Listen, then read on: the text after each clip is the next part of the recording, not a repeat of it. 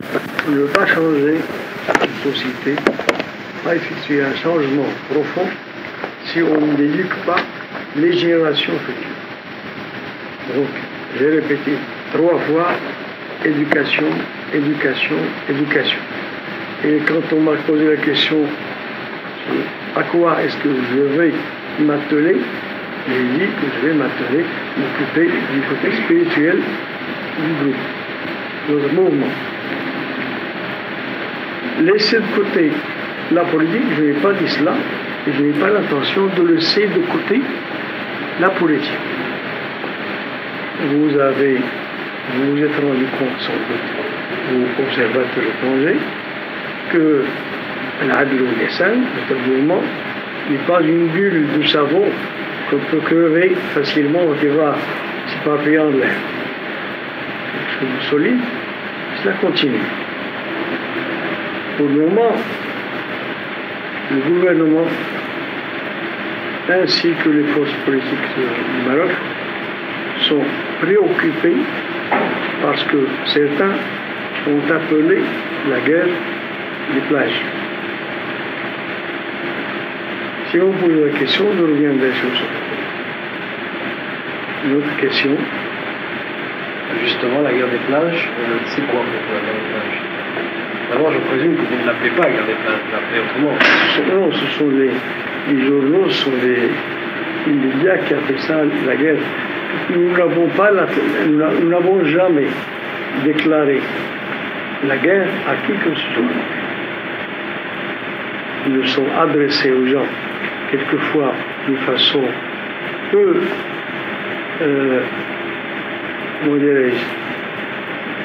craintive, peu amène. Je ne sais pas si vous avez le mot amène, c'est-à-dire peu facile, mais déclarer la guerre, nous n'avons pas l'intention de déclarer la guerre à qui que ce soit. Et nous ne l'avons pas fait dans le passé. De sorte que guerre de plage, ce n'est pas un mot que nous avons inventé, et ce n'est pas un mot qui convient à notre ABCD. Confrontation, oui, il y a une confrontation à la plage, sur les plages du Maroc, sur toutes les plages du Maroc actuellement. Il y a une confrontation. Pourquoi cette confrontation?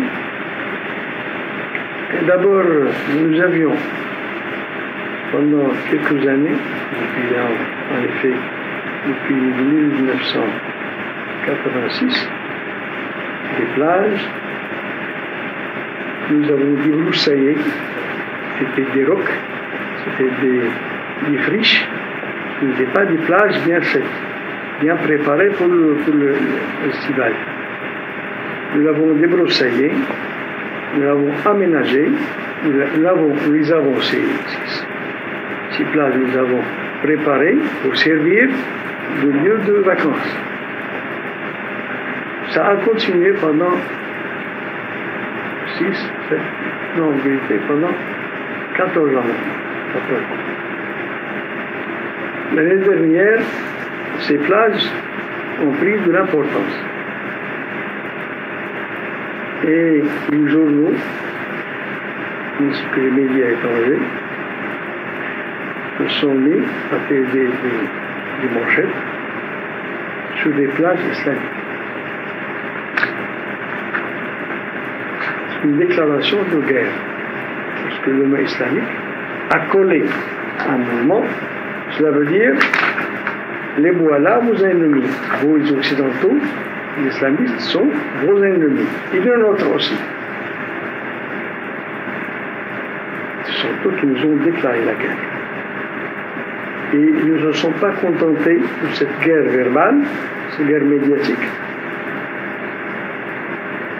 Il y a 2 ou 3 mois, le gouvernement a commencé à menacer. Ces plages ne doivent plus être occupées par les islamistes. Ils n'ont plus le droit. Les menaces a pris l'interdiction nette.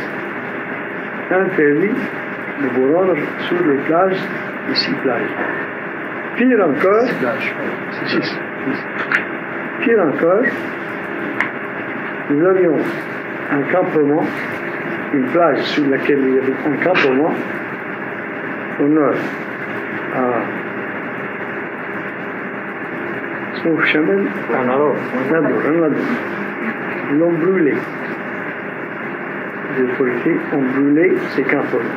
Il y avait quelque chose de construit ou il y avait... Oui, il y avait des constructions là-dessus. Oui, il y avait des constructions sur les plages de Vinsat. Près d'Alor, hein? Près de Nador. Au nord-est, au nord-ouest, je crois. Nord-ouest. Au nord-ouest de Nador. Nord-est? Nord-est?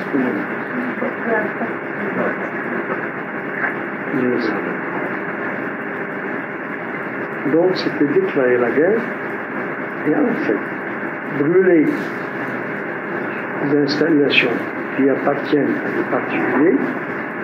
On ne va plus faire la guerre, mieux faire la guerre que de cette façon. Et puis dans les autres plages, ils ont installé des forces auxiliaires, la police, la gendarmerie, et ils ont obstrué l'accès. Ils ont interdit l'accès sur les plages.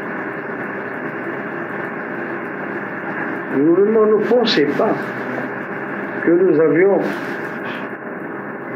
d'autres arcs, d'autres flèches dans notre arc.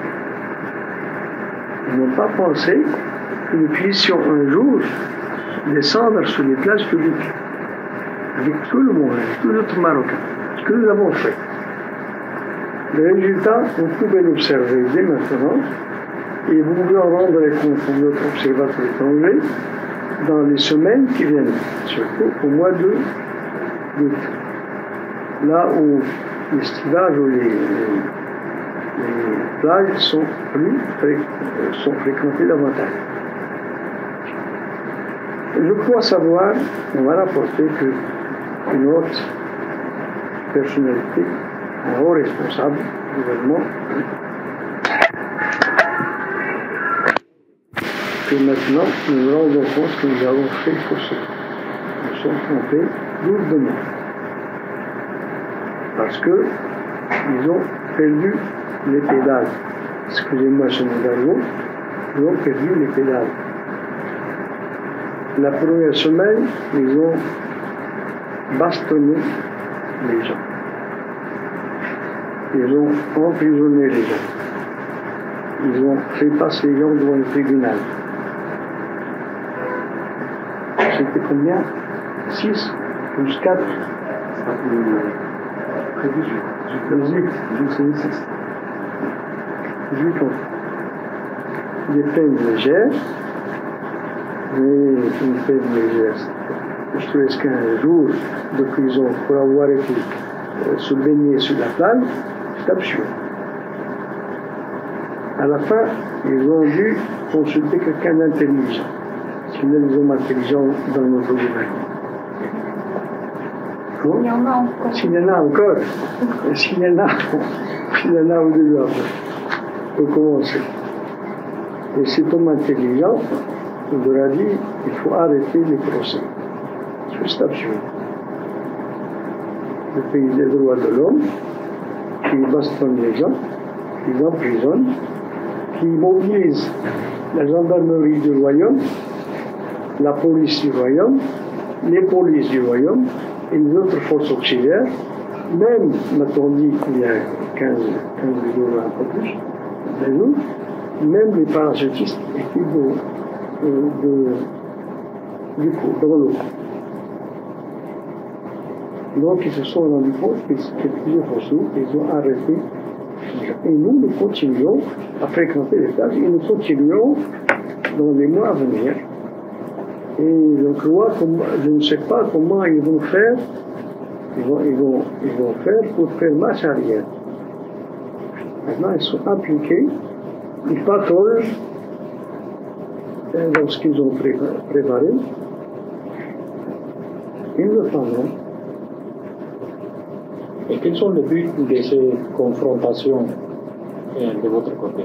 De notre côté, c'est d'affirmer affirmer que nous sommes là, que nous resterons là, que nous avons des droits, que nous continuerons à réclamer nos droits.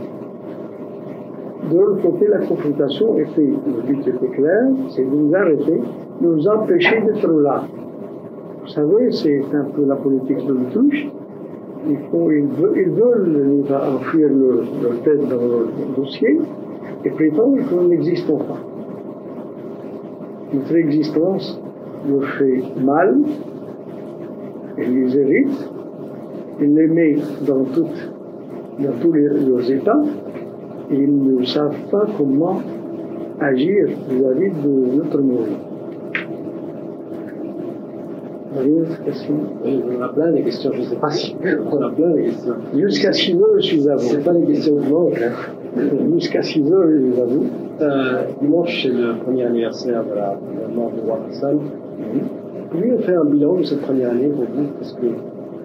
Qu'est-ce qu'il y a de négatif et qu'est-ce qu'il y a de positif? S'il y a quelque chose de positif. Il y a au moins une chose de positive, on est là avec vous. Il y a un an, ça aurait été impossible. C'est ça. On a essayé, mais ça a été impossible. On a arrêté à la fin. Donc la levée de cette assignation à l'évidence, et pour vous qui ne pouviez pas me rencontrer, pour moi qui ne pouvais pas rencontrer librement les amis, c'est une chose positive, bien sûr. Mais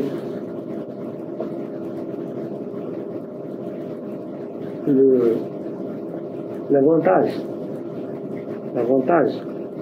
de cette levée de résilience en joue nous ou le gouvernement.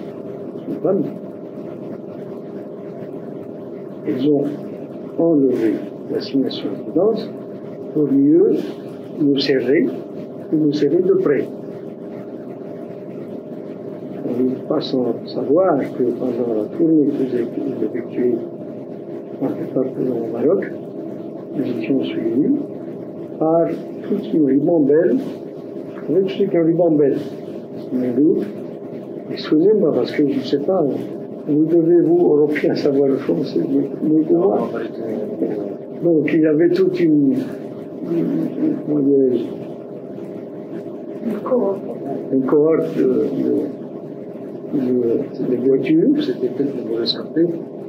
Ils vont m'escorter, mais de quelle façon? Les journaux ont publié une photo que nous avons prise à Tanger,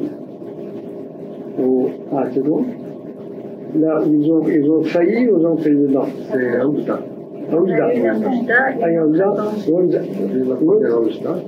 Et le deuxième, je crois, Tanger. Ils ont pris des photos, ils ont fait des vidéos, ils ont failli nous entrer dedans. Ils ont failli tuer 2 personnes dans l'escorte qui m'accompagnait. Donc, la levée de l'assignation de résidence, ce sont eux qui ils ont cru sortir d'une impasse. Parce que ça fait longtemps, ça fait des années, que tout le monde réclamait cette levée d'assignation à résidence. Ça a commencé par les partis politiques marocains, par les organisations de droits de l'homme.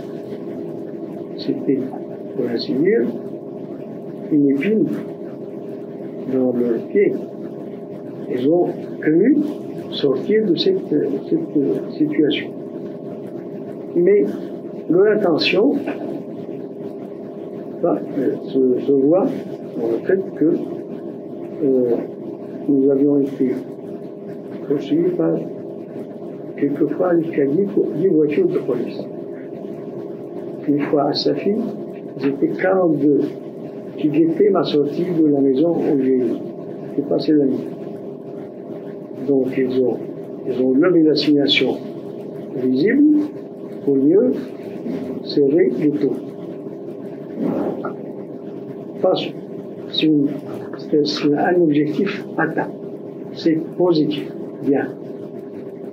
N'égotons pas. Le reste, c'est que le roi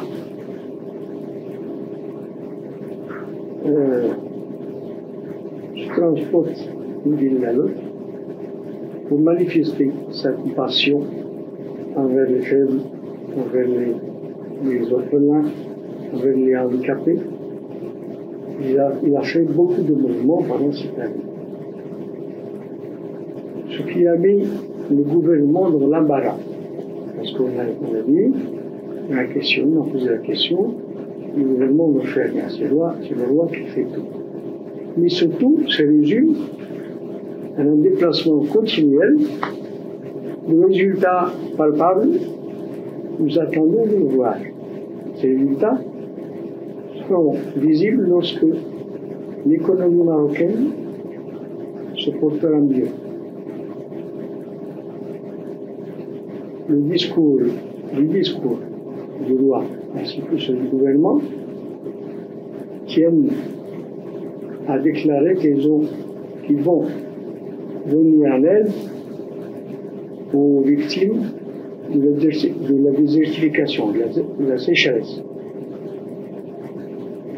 Ils vont consacrer quelques crédits par-ci, quelques crédits par-là, pour financer les semences, pour nourrir le bétail dans les campagnes. Ce n'est pas suffisant. Ce n'est pas suffisant. Sur le compte du gouvernement, évidemment, le gouvernement va dire, voilà, nous avons réalisé beaucoup de choses, c'est-à-dire qu'ils ont réalisé beaucoup de discours, mais sur le terrain, beaucoup de choses.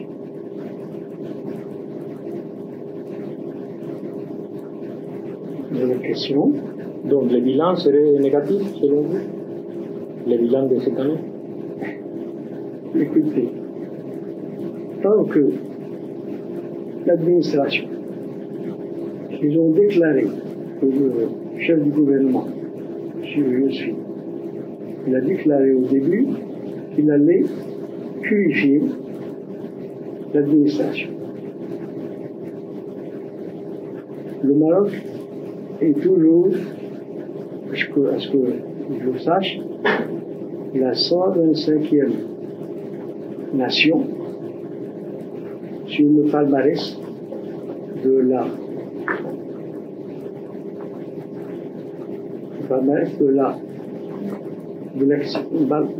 l'activité humaine, Développement humain. développement humain.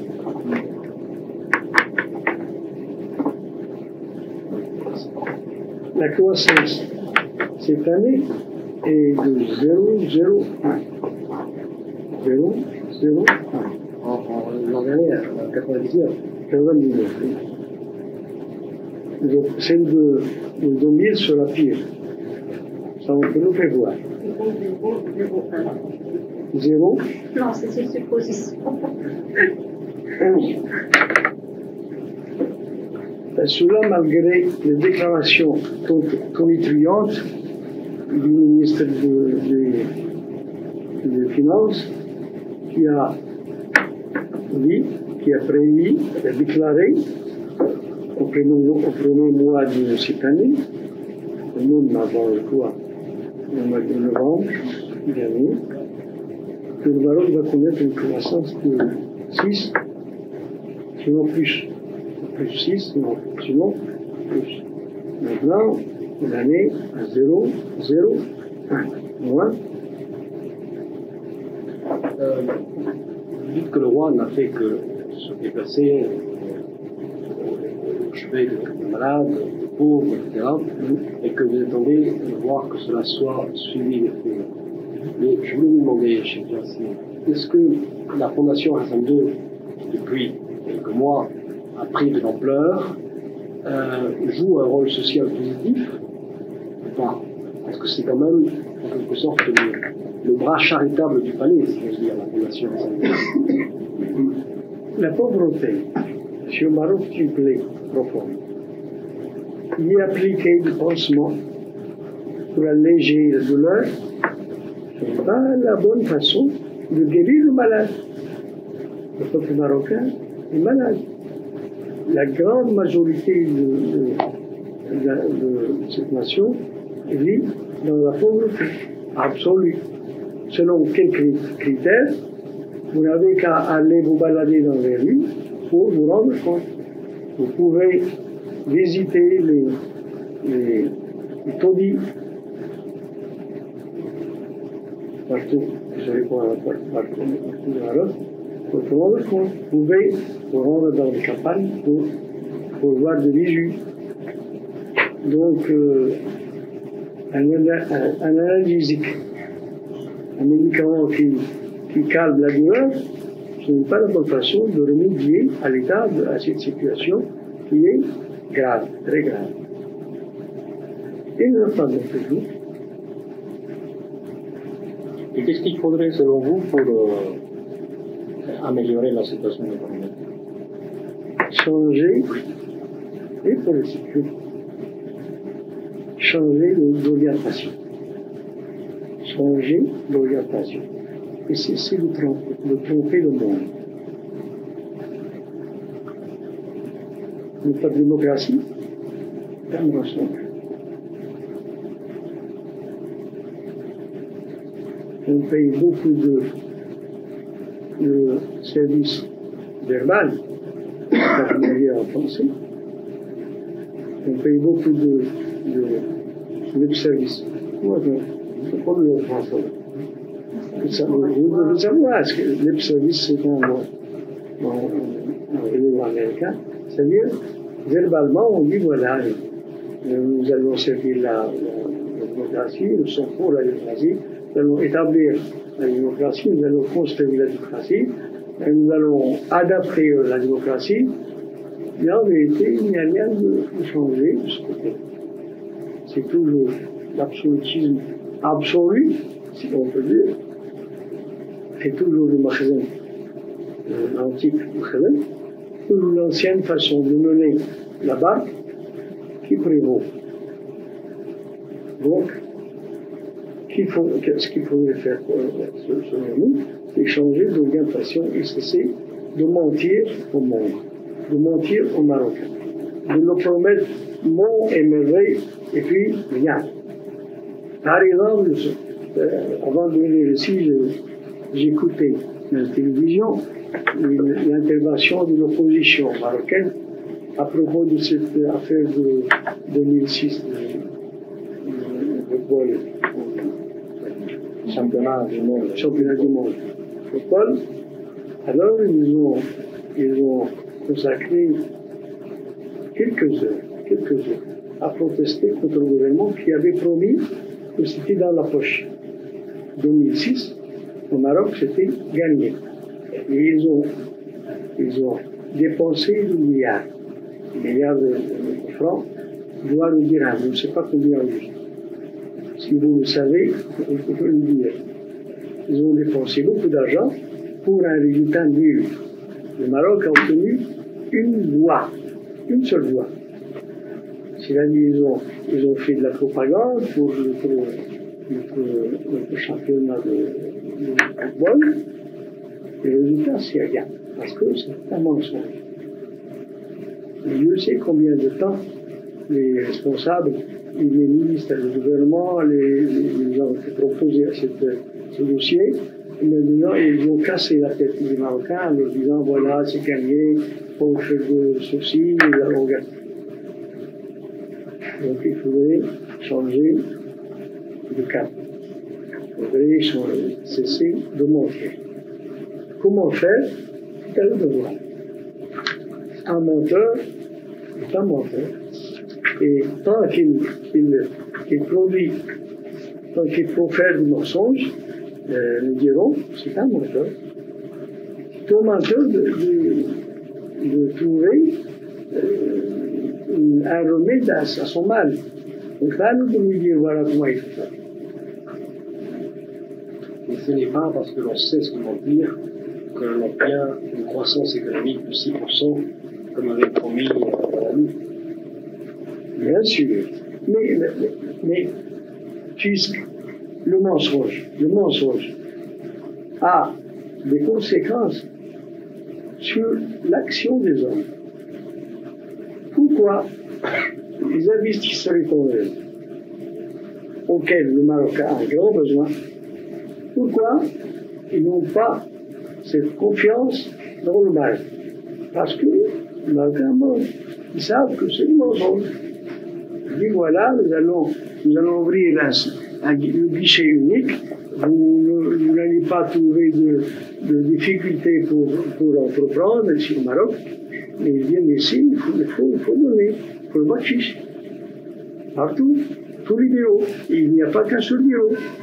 Pourquoi ils ont l'une des raisons, je présume, l'une des raisons qui a empêché le gouvernement d'ouvrir un seul guichet afin de faciliter l'investissement aux gens, c'est qu'il y a différents bureaux qui attendent le bakchich, qui prennent la main. Il faut que l'investisseur passe partout pour lui laisser la patte.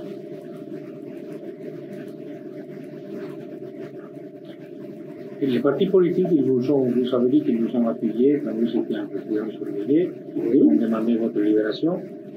Et par la suite, une fois l'assignation finie, enlevée, qu'est-ce qu'ils ont fait les partis politiques? Il y a eu des contacts, vous êtes en contact avec eux, et il y a des pourparlers, des discussions? Non. Il n'y a pas de contact, il n'y a pas de discussion, pas de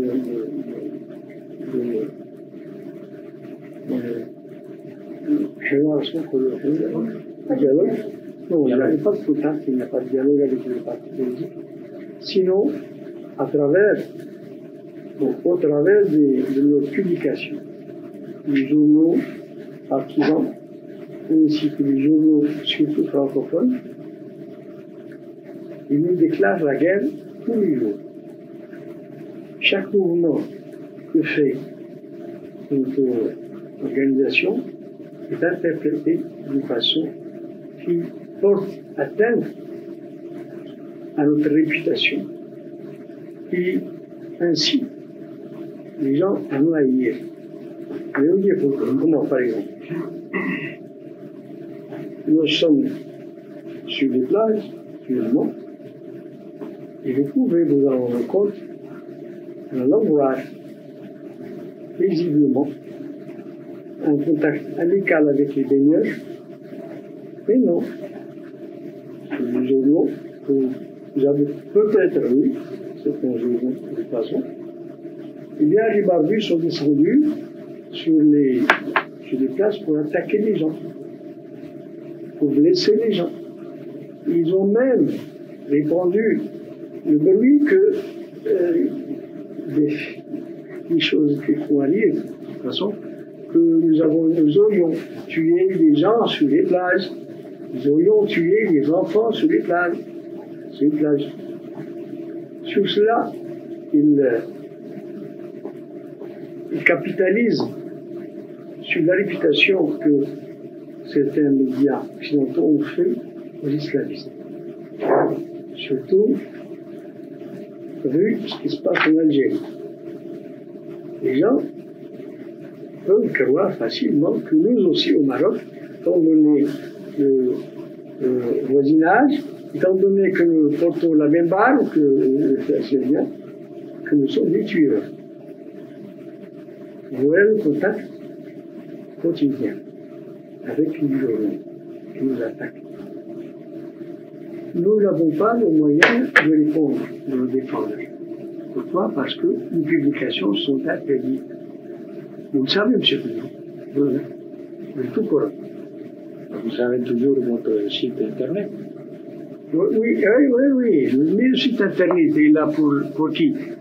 Pour une élite, pour des gens qui savent se servir d'un computer, pour des gens qui ont surtout le moyen d'acheter un ordinateur. Mais la grande majorité du peuple n'a pas accès à Internet. Et quand vous dites qu'il n'y a pas de rapport avec les partis politiques, cela inclut également le PJD. Vous n'avez pas de rapport avec eux? Comment les PJD, vous savez, sont nos frères. Ils ont leur option.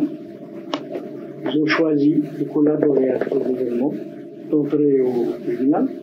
Ce n'est pas notre avis. Mais étant donné que ce sont des musulmans, des gens qui ont la foi, la même foi que nous. La différence n'est pas tactique. La différence actuelle de vue qui nous sépare de ce frère-là, il ne peut pas rompre les liens profonds qui doivent nous lier avec eux. Donc nous considérons toujours que ce sont nos frères, avec lesquels nous ne sommes pas d'accord, mais pour l'avenir, il est toujours possible, le moment venu, et la situation favorable, toujours possible de rentrer en contact plus étroit. Nous sommes en contact avec eux, mais un contact qui est un peu relâché. À l'avenir, si la situation change, nous sommes leurs frères et ils sont les nôtres. Pour l'avenir, il y a une possibilité que vous suiviez la voie du PJD, c'est-à-dire que vous pouvez devenir un parti politique et que finalement vous pouvez remplir l'élection. Si on vous laisse, vous pouvez remplir l'élection. Mais vous savez qu'il y a de ça 10 ans, presque 10 ans, en 1991, c'est la première année de l'assignation du monde, le comité d'orientation du mouvement est en prison. Le gouvernement a envoyé ses émissaires pour avoir contact avec nous. Il nous proposait de nous reconnaître, de relâcher les prisonniers, de nous reconnaître en tant que parti, de nous donner toute facilité possible, de nous octroyer, de nous donner un macaron pour un siège pour notre parti. Cela, on ne le sait pas. On ne le sait pas parce qu'on est resté secret. Ces contacts secrets ont développé parce que nous avons refusé. Nous avons refusé.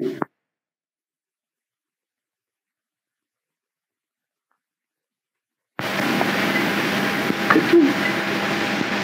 Et derrière cela, cette reconnaissance, nous avons refusé évidemment avec le reste.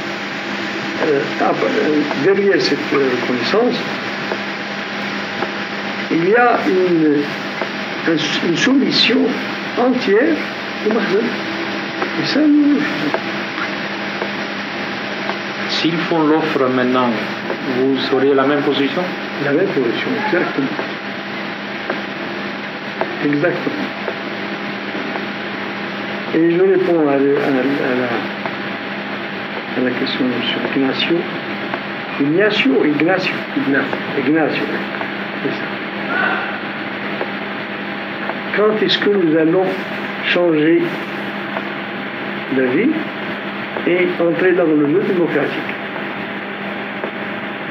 Le jour, je connais ceci, le jour où il y aura une vraie démocratie, des élections où il n'y aura plus de marchandage, des élections où nous ne serons plus trafiqués, c'est ça. Et nous demandons à voir, non pas écouter. Parce que écouter des mensonges, ça, nous en avons assez.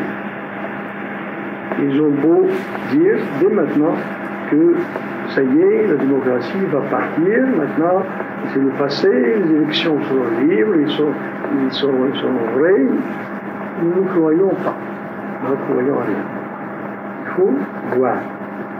Le jour où nous aurons vu, nous verrons que les élections passent sans un croche, sans qu'il y ait du trafic.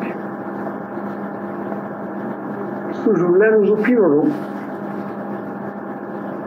Nous verrons. Je ne dis pas que nous entrerons dans le jeu. Moi, nous verrons si nous changerons d'idée ou non. Parce que la situation d'aujourd'hui, ce n'est pas la situation d'ici 1 an ou 2 ans. Nous agirons, si je veux, Inch'Allah, en fonction de ce qui se passe. Ce qui se passe dans la politique intérieure, dans la politique extérieure, parce qu'il ne suffit pas d'entrer dans le jeu pour répéter le drame d'Algérie. Ça, nous en voulons. Nous ne sommes pas fréquentables. Internationalement, nous, les islamistes, ne sont pas fréquentables. Pourquoi? Parce que les médias qui sont manipulés ont présenté les islamistes une image négative, une image qui ne cesse de noircir que les pseudo-islamistes. Et moi, je dis que les gens qui tuent les enfants, les gens qui tuent les gens en Algérie ou ailleurs, les gens qui tuent sans raison sont non pas seulement des pseudo-islamistes, ce sont des sauvages. Les sauvages tuent quand ils ont. Les bêtes sauvages aussi tuent quand ils ont faim. Là, ils tuent pour rien.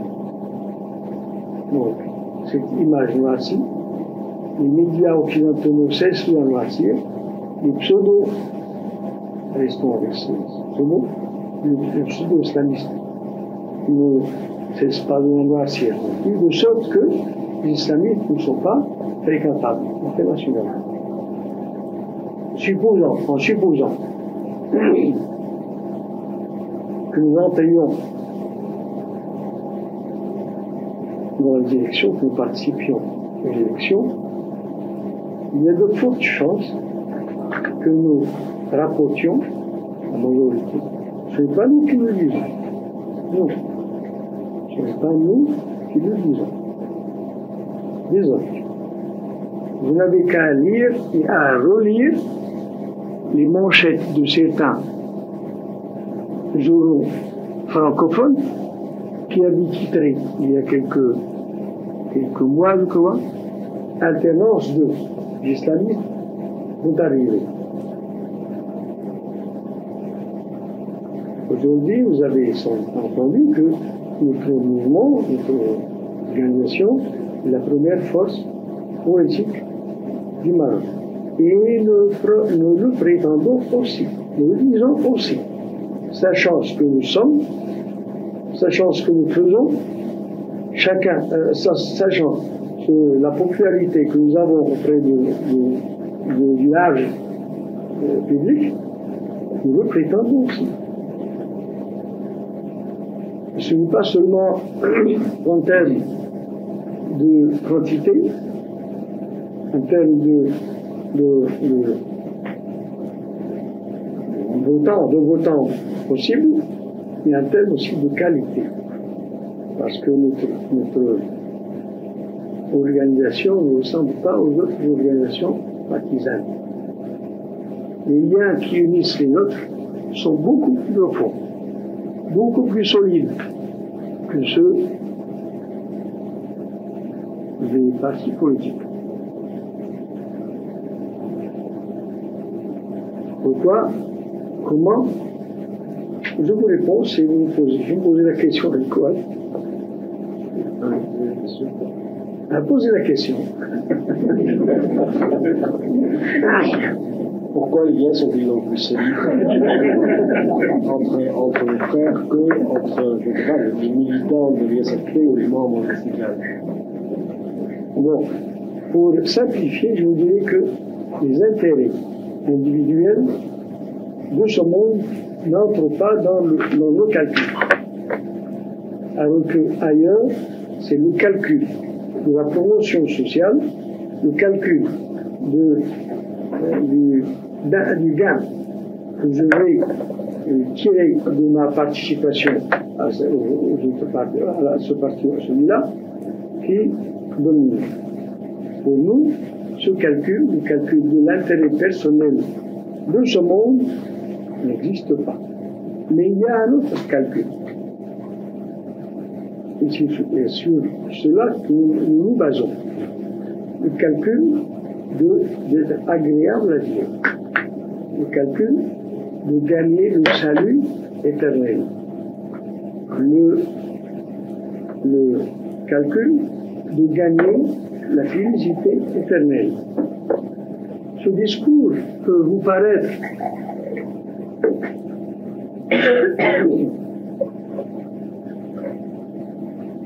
étrange à vous autres occidentaux, parce que la religion, vous avez fini de la reléguer dans les oubliettes.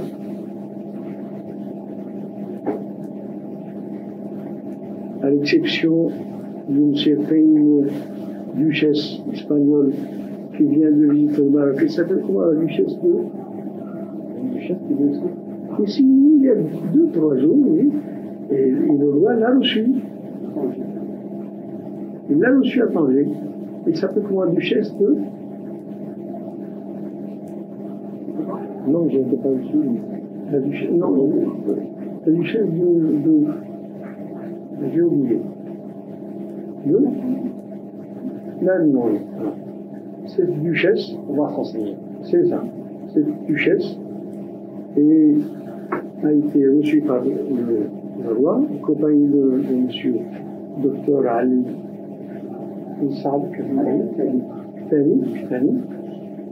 Kistani, et il a présenté au roi un livre qui est une duchesse inscrite, intellectuelle, et c'est une duchesse, m'a-t-on dit, et j'ai aussi des sources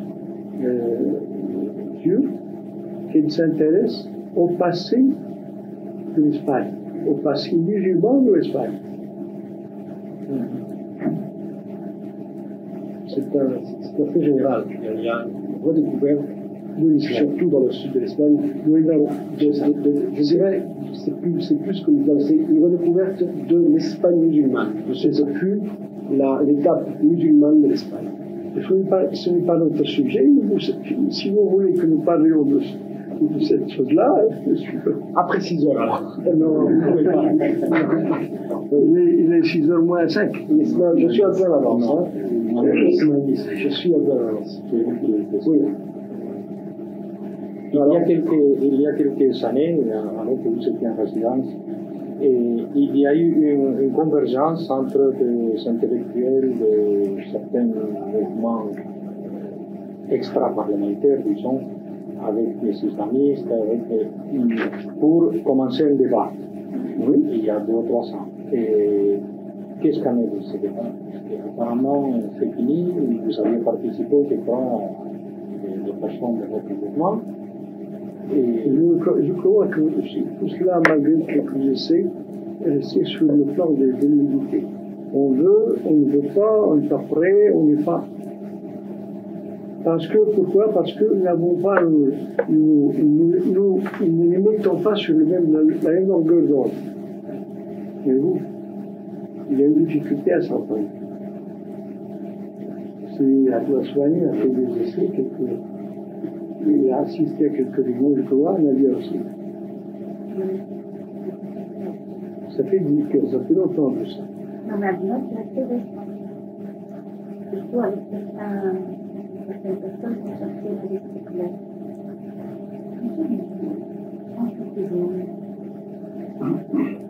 Mais ça reste radical, et ça reste pour le plan intellectuel. C'est une volonté de dialogue en toute responsabilité.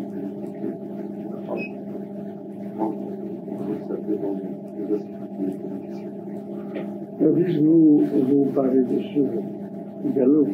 Nous avons lancé il y a quelques années, 7 fois, un appel du dialogue. Dans le dernier livre que j'ai écrit, l'Islam de la mondialité, peut-être connaissez, monsieur l'invitation. J'ai lancé un appel pour le dialogue entre tout le Maroc.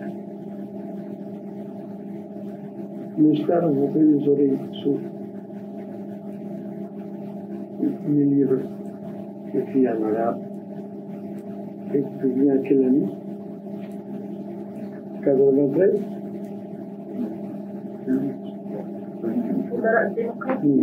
Tu vois.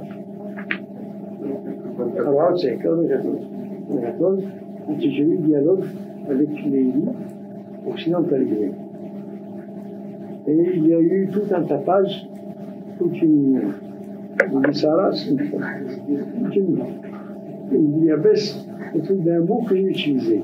Fudala, en arabe veut dire des gens lettrés, des gens instruits, des gens bien. Mais étant donné que nous sommes occidentalisés, les gens occidentalisés n'utilisent pas l'arabe, ils ne comprennent pas le vocabulaire arabe, Fudala pour eux, c'est un insulte. Alors qu'un bon arabe, un arabe pur, ça veut dire des gens.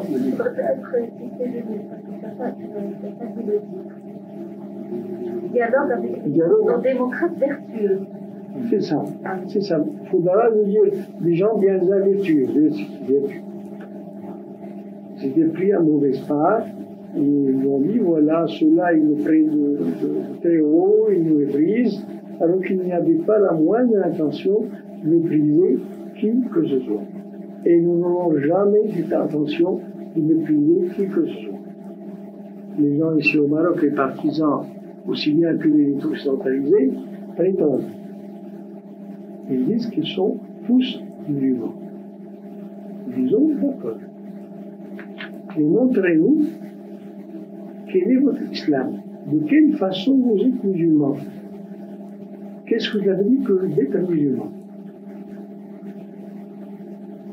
Pour eux, être musulman, c'est s'appeler Labdi, s'appeler Abdallah, s'appeler Mohammed, et puis c'est tout.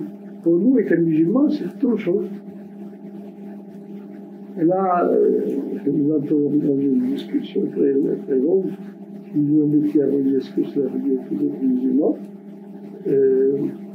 si vous vous y intéressez personnellement, et si vous voulez savoir pourquoi on est musulman au départ, lisez le Coran. Lisez le Coran. Ça, je le dis, je tiens à le dire à tous mes visiteurs, y compris aux autres hommes de médias. Lisez le Coran, s'il vous plaît, et vous y trouverez les questions qui hantent la conscience occidentale et à laquelle on ne trouve pas de questions, de réponses. Quand vous avez deux petites questions, vous avez dit une phrase qui m'a un peu intrigué.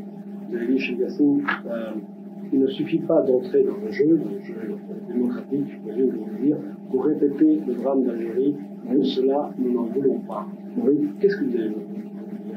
Parce que ça se reproduira de la même façon. Vous croyez que si jamais il y a des élections démocratiques, vraiment démocratiques, que vous présentez et que vous êtes le parti majoritaire comme 1980, oui, il y aura une réaction. Il y aura une réaction similaire. Oui, bien sûr. Il y aura une réaction. Pourquoi? Parce que les gens qui gouvernent le Maroc ont des alliés très forts. Des alliés qui les épaulent financièrement, militairement s'il le faut. Ce qui se passe en Algérie peut se reproduire très facilement. Et ça, nous ne voulons pas. Nous ne voulons pas de ce pouvoir qui va créer le malheur à tous les Marocains. Nous ne voulons pas. Nous attendons notre heure. Je ne suis pas pressé. Nous attendons une génération, s'il nous faut, 2, 3, 4, 10 générations, mais nous sommes sûrs que l'avenir appartient à l'islam. Pas à cette génération de maintenant, mais donc ça reste une génération sacrifiée. Non, il ne faut pas sacrifier. Ah, d'accord. Non, c'est-à-dire qu'il n'accédera pas au pouvoir. C'est tout. Ce n'est pas nous sacrifier. Pour nous, se sacrifier, c'est quand on perd son devenir après la mort. C'est ça la perte. C'est ça nous avons peur de fauter avec Dieu, nous sommes que nous perdions notre salut. Notre salut. Disons salut, c'est le mot évangélique. Oui. Ça nous rend parce que la deuxième question. Une dernière question, si vous permettez, parce qu'on a fait un peu malheureusement. Quelle est votre opinion sur le système plus ou moins démocratique que l'on a en Espagne, que l'on a en France, la démocratie parlementaire, avec des élections tous les 4 ans. Oui. Est-ce que c'est un bon système pour nous? Est-ce que c'est un système qui a un sens au Maroc? Nous, ça va passer. Je ne fais pas le système actuel marocain. Je dis ce que nous avons. Oui, en Europe. En Europe, il y a un lait. Oui, pour vous, c'est excellent. La démocratie, ce n'est pas à moi de faire l'éloge de la démocratie. Il a des défauts que vous connaissez mieux que moi, et des défauts incurables. Mais c'est inhérent, c'est inséparable de la démocratie. Mais comme disait Churchill, c'est la moins mauvaise organisation du pouvoir qui existe. À l'exception, je ne sais pas comment il l'a vu. Pour nous, la démocratie importée, telle qu'elle, non. Je fais cette différence entre la procédure, entre la démocratie, une procédure pour faire sortir le choix du peuple. Nous sommes pour. Laissez le peuple choisir. Nous sommes absolument d'accord. Absolument pour. Même si demain, le peuple marocain choisit une autre direction, autre que l'islam, que nous défendons, nous sommes pour. Nous attendons une autre génération. Mais la démocratie, qui a comme corollaire intrinsèque le rejet de la religion, ou la séparation de la religion et la relégation dans un coin, ça, non. C'est une démocratie à nous, c'est l'idéal. L'idéal, pour nous, c'est la Shoura. La Shoura, c'est un mot, pour nous, ça ne signifie rien, Shoura, mais pour nous, c'est toute une philosophie du pouvoir, toute une philosophie d'être, une philosophie de bien-être, une philosophie de se développer, et une philosophie de résoudre le problème du pouvoir. Et je crois que ce sera la fin, malheureusement. Une curiosité, M. Yassine. Oui. Et le gouvernement marocain il vient de rappeler son ambassadeur au Qatar. Oui. Est-ce que vous croyez qu'il a quelque chose à voir avec les émissions de la télévision Al Jazeera qui sont faites assez sympathiques? Ils ont donné la raison.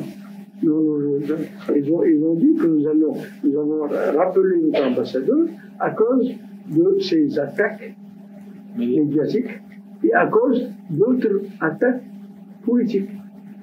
Vous n'êtes pas sans savoir que dernièrement, le Qatar a يا أيتها النفس المطمئنة ارجعي إلى ربك راضية مرضية فادخلي في عبادي وادخلي جنتي